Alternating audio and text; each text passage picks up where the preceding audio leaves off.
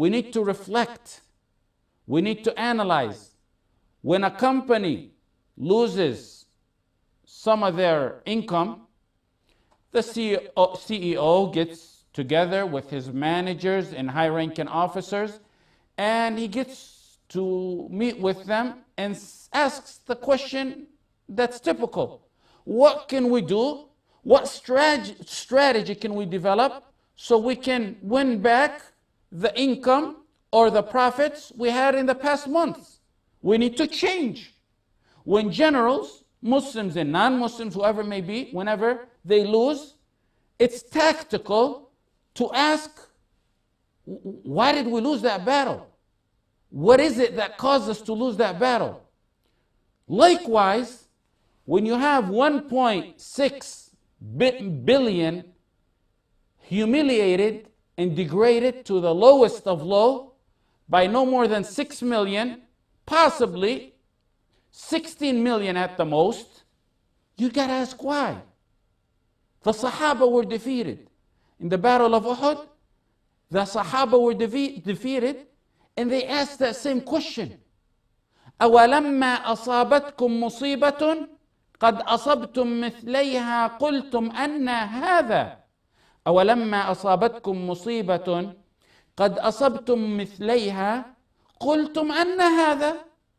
We wonder why we have become the lowest of the low. The Sahaba asked when they were defeated on their way back to Medina, after the defeat, why? أَنَّ هَذَا. Why did this happen to us? Allah gave them the answer. Before they reached the Medina, they got the answer to what was happening. They asked the question, what's the tactical, what's the strategy so we won't be defeated again? Why is it that we were defeated? What's the reason? Allah says, قُلْ هُوَ مِنْ عِنْدِ أَنفُسِكُمْ. قُلْ هُوَ مِنْ عِنْدِ أَنفُسِكُمْ.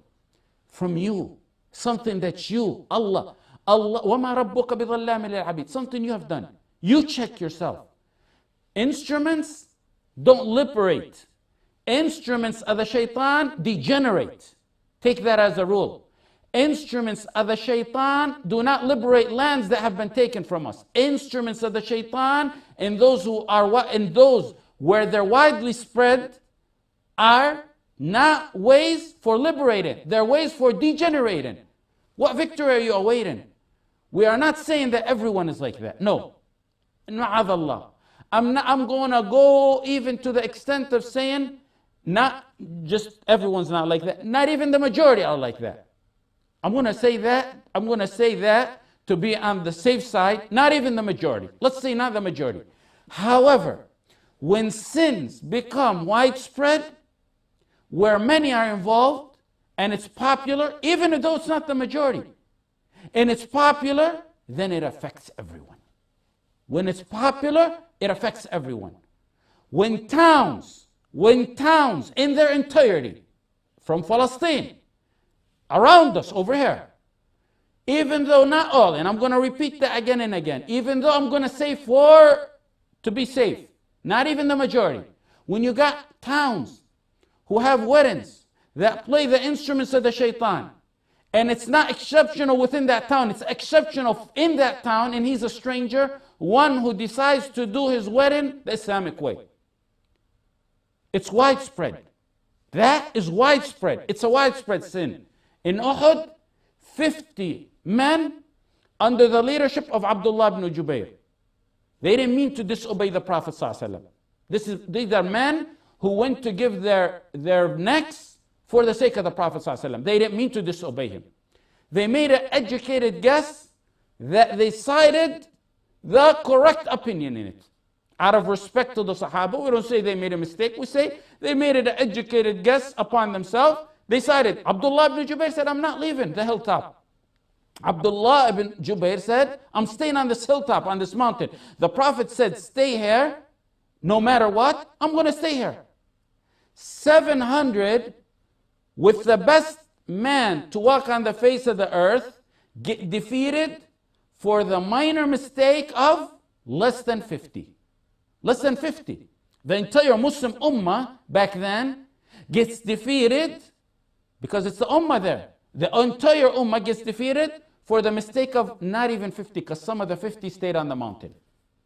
When evil is widespread, destruction and defeat awaits this ummah.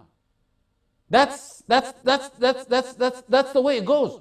قُلْ هُوَ مِنْ عِنْدِ أَنفُسِكُمْ. I say, and I'm responsible for what I say, towns have rituals and weddings from Palestine. I don't even want to name those towns, especially widespread around us. I don't want to name those towns, and I could. They're more shameful in their mixing and their mingling, in the way the women are dressed, in the improper dressing, than the enemies that we are facing. Umran ibn Husayn, Rasulullah sallallahu alayhi wa sallam, he narrated that the Rasulullah sallallahu alayhi wa sallam قال في هذه الأمة خسف ومسخ وقذف. في هذه الأمة خسف ومسخ وقذف. قال رجل من المسلمين يا رسول الله متى ذلك؟ قال رجل من المسلمين متى ذلك يا رسول الله؟ قال إذا ظهرت القينات والمعازف. إذا ظهرت القينات والمعازف وشربت الخمر. In Sunan al-Tirmidhi, it's an authentic hadith. The point of this hadith is that the Prophet sallallahu alayhi wasallam said there will be maskh in this ummah. There will be maskh in this ummah. What's maskh? Al-Mannawi defines maskh as تحويل الصورة إلى أقبح منها أو مسخ القلوب أو قلب الخلقة من شيء إلى شيء. What does that mean? Maskh. There's going to be maskh at the end of time, at some time. And the Sahaba asked, when will it be? What's maskh? Before we get to that, the other points of the hadith.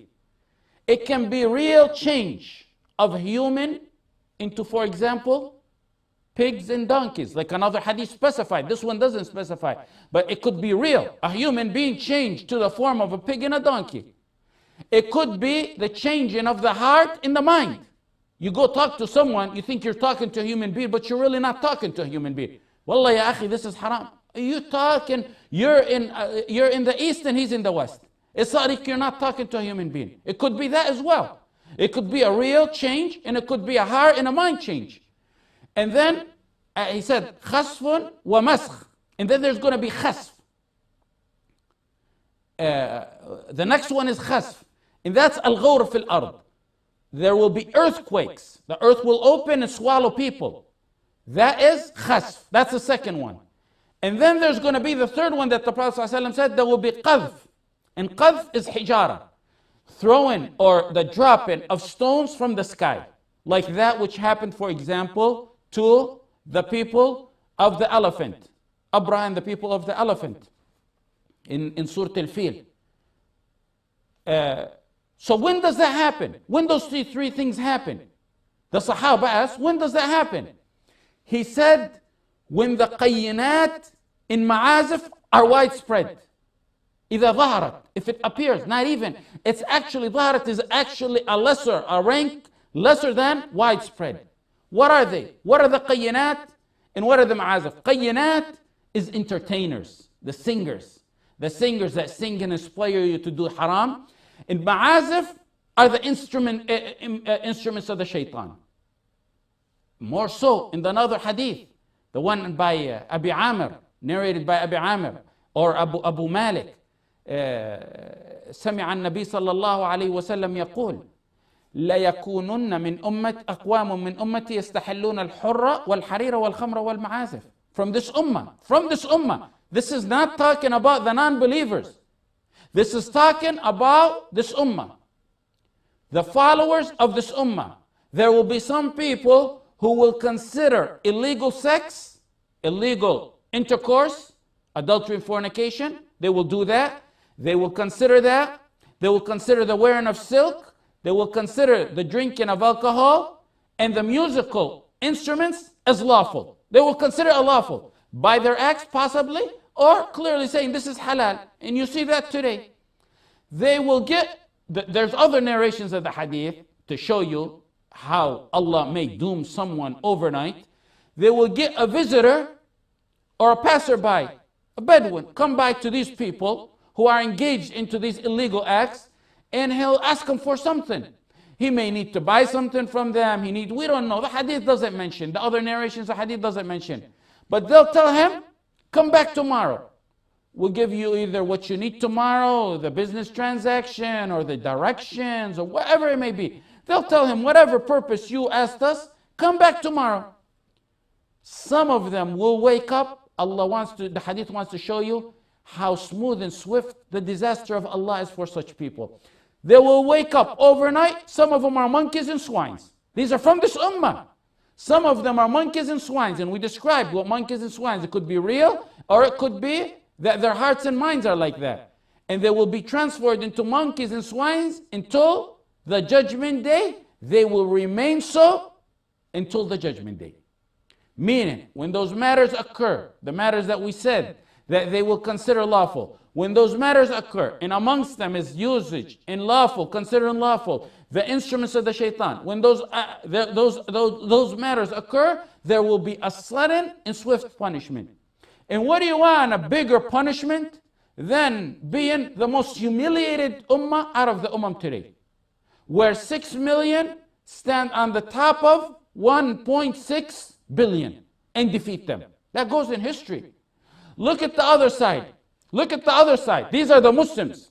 These are the Muslims that will be transformed into apes and monkeys and swines. Why? Because of the musical instruments. The Quran also says about the opponents. What did he say about them? وَجَعَلَ مِنْهُمُ الْقِرَدَ وَالْخَنَازِيرَ. Those who incurred the curse and the wrath of Allah. Those whom he transformed into monkeys and swines. Now this verse is not pertaining to this ummah. This is pertaining to our opponents. Now the conclusion out of that. The first two hadith are about this ummah. The ayah is about the opponents. People will be transformed from both sides into apes and swines. The point, when you got apes and swines, or monkeys and swines fighting monkeys and swines, the stronger wins. That's how it goes. Of course, not everyone listens to that or engages in those major sins and those unlawful acts. Not everyone. And I'm going to say not even the majority. Just to be on the safe side, I'm going to add not the majority. I'm going to say it's widespread, and no one can deny that. It's widespread. When you can't even approach people and tell them this is haram and halal. Wallahi, they have communities here, they have clubs here, that they sit and drink coffee and backbite and do all that which is prohibited. And possibly sometimes they invite a guy to lecture. They ask, what does he say? Before you invite him, what does he say about musical instruments? It's haram, don't bring him here. Wallahi, this has happened. Some of you here know this very well. When it becomes widespread, Allah holds everyone accountable. Us who don't engage in that, and those who are in that. All of us are held accountable.